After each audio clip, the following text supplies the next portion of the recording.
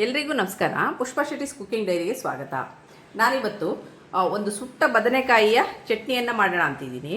ಇದಕ್ಕೆ ನಾನಿಲ್ಲಿ ಊರು ಬದನೆಯನ್ನು ತಗೊಂಡಿದ್ದೀನಿ 2. ಇದು ಎಳೆ ಬದನೆಕಾಯಿನ ನೋಡಿ ಆರಿಸ್ಕೋಬೇಕು, ಚಟ್ನಿ ಚೆನ್ನಾಗಾಗುತ್ತೆ. ಇಲ್ಲಿ ನಾನು 2 ಎಳೆ ಬದನೆಕಾಯಿಯನ್ನು ತಗೊಂಡಿದ್ದೀನಿ. ಒಂದು 5ರಿಂದ 6 ಊರು ಮೆಣಸನ್ನು ತಗೊಂಡಿದ್ದೀನಿ. ಊರು ಮೆಣಸಿಲ್ಲ ಅಂದರೆ ಯಾವುದೇ ಖಾರದ ಮೆಣಸನ್ನು ತೊಗೋಬೋದು.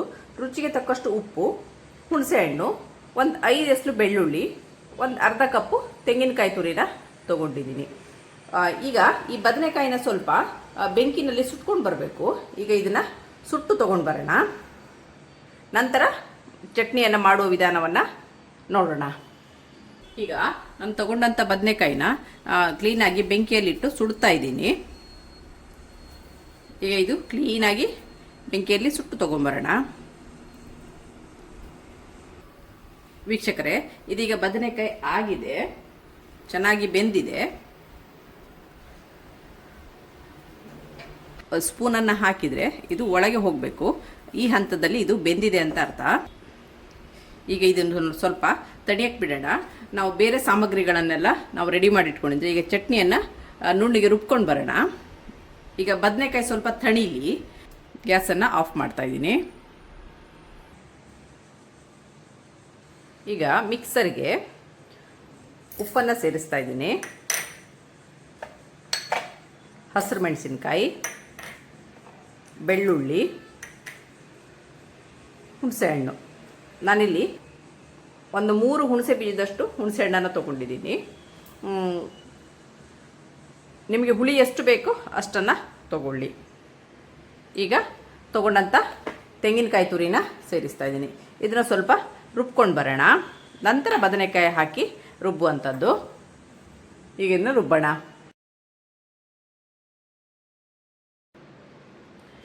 ವೀಕ್ಷಕರೇ, ಈಗ ನಾನಿಲ್ಲಿ ಸುಟ್ಟ ಬದನೆಕಾಯಿಯನ್ನು ಚೆನ್ನಾಗಿ ನೀರಲ್ಲಿ ತೊಳ್ಕೊಂಡು ಬಂದಿದ್ದೀನಿ. ಈಗ ಇದರಲ್ಲಿ ಮೇಲಿನ ಏನು ಕಪ್ಪು ಭಾಗ ಇದೆ ಅದನ್ನೆಲ್ಲ ಸಿಪ್ಪೆ ತಕ್ಕೋಬೇಕು. ಇದನ್ನೆಲ್ಲ ತೆಗೆದು ಹೊರಗೆ ಹಾಕ್ಕೋಬೇಕು. ಇದನ್ನು ಹಾಕೋದು ಬೇಡ.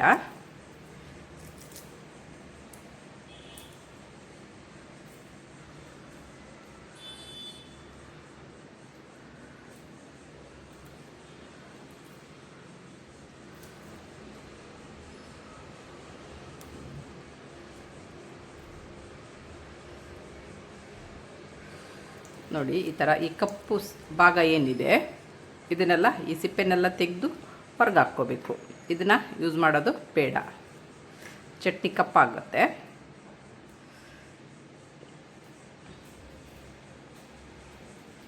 ಈಗ ಇದನ್ನು ಒಮ್ಮೆ ಕಟ್ ಮಾಡಿ ನೋಡ್ಕೊಳ್ಳಿ, ಯಾಕಂದರೆ ಕೆಲವೊಮ್ಮೆ ಬದನೆಕಾಯಿ ಚೆನ್ನಾಗಿರಲ್ಲ ಒಳಗಡೆ. ಈ ಥರ ಚೆನ್ನಾಗಿ ನೋಡಿಕೊಂಡು ಇದನ್ನು ಪೀಸ್ ಮಾಡ್ಕೊಳ್ಳಿ. ಈ ಥರ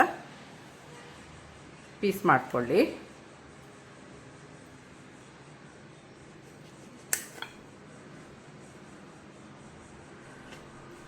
ನೋಡಿ, ಬದನೆಕಾಯಿ ಚೆನ್ನಾಗಿ ಬೆಂದಿದೆ ಒಳಗಡೆ ಎಲ್ಲ.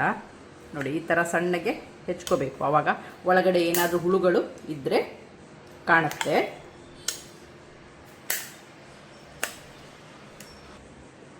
ಈ ಬದನೆಕಾಯಿ ಒಳಗಡೆನೂ ಚೆನ್ನಾಗಿದೆ.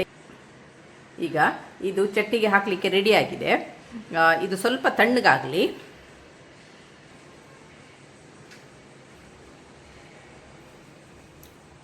ತಗೊಂಡಂಥ ಸಾಮಗ್ರಿಗಳನ್ನೆಲ್ಲ ಚಟ್ನಿಗೆ ಮಾಡ್ಕೊಂಡು ಬಂದಿದ್ದೀನಿ. ನಾನು ನುಣ್ಣಿಗೆ ರುಬ್ಕೊ ಬಂದಿದ್ದೀನಿ. ಇದು ಸ್ವಲ್ಪ ನುಣ್ಣಗಾಗಲಿ. ಈ ಬದನೆಕಾಯಿ ಹಾಕಿದ ಮೇಲೆ ನಾವು ನುಣ್ಣಗೆ ಮಾಡಬಾರ್ದು, ಸ್ವಲ್ಪ ಪಲ್ಸ್ ಮಾಡಿದರೆ ಸಾಕು. ಬದನೆಕಾಯಿ ತುಂಬ ನುಣ್ಣಗಾದರೆ ಚಟ್ನಿ ಎಷ್ಟು ಚೆನ್ನಾಗಾಗಲ್ಲ, ಲೋಳೆ ಹಂಗೆ ಆಗುತ್ತೆ. ಬದನೆಕಾಯಿನ ಹಾಕಿ ಸ್ವಲ್ಪ ಪಲ್ಸ್ ಮಾಡಿದರೆ ಸಾಕು.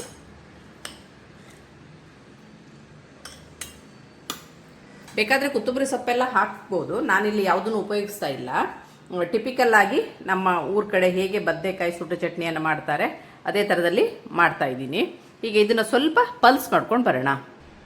ವೀಕ್ಷಕರೇ, ಈಗ ನಾನು ತಗೊಂಡಂಥ ಬದನೆಕಾಯಿನ ಸ್ವಲ್ಪನೇ ಪಲ್ಸ್ ಮಾಡ್ಕೊಂಡು ಬಂದಿದ್ದೀನಿ, ನುಣ್ಣಿಗೆ ರುಬ್ಬಿಲ್ಲ. ನೋಡಿ, ಈ ಥರ ಅದು ಬಾಯಿಗೆ ಸಿಗಬೇಕು. ಆವಾಗಲೇ ಇದ್ರದ್ದು ಚಟ್ನಿಯ ರುಚಿ ಚೆನ್ನಾಗಾಗೋದು. ಇದಾಗಿರುತ್ತೆ ಇವತ್ತಿನ ನನ್ನ ಡೈರಿಯ ರೆಸಿಪಿ. ನಿಮಗೆ ನನ್ನ ಈ ರೆಸಿಪಿ ಇಷ್ಟವಾದಲ್ಲಿ ಪುಷ್ಪಾ ಶೆಟ್ಟಿಸ್ ಕುಕಿಂಗ್ ಡೈರಿ ಇದಕ್ಕೆ ಒಂದು ಲೈಕ್ ಕೊಡಿ, ಶೇರ್ ಮಾಡಿ, ಕಮೆಂಟ್ ಮಾಡಿ. ಸಬ್ಸ್ಕ್ರೈಬ್ ಆಗಿಲ್ಲ ಅಂದರೆ ಸಬ್ಸ್ಕ್ರೈಬ್ ಆಗಿ, ಹಾಗೂ ನಿಮ್ಮ ಫ್ಯಾಮಿಲಿ ಮತ್ತು ಫ್ರೆಂಡ್ಸ್ಗಳ ಜೊತೆನೂ ಹಂಚಿಕೊಳ್ಳಿ. Thanks for watching.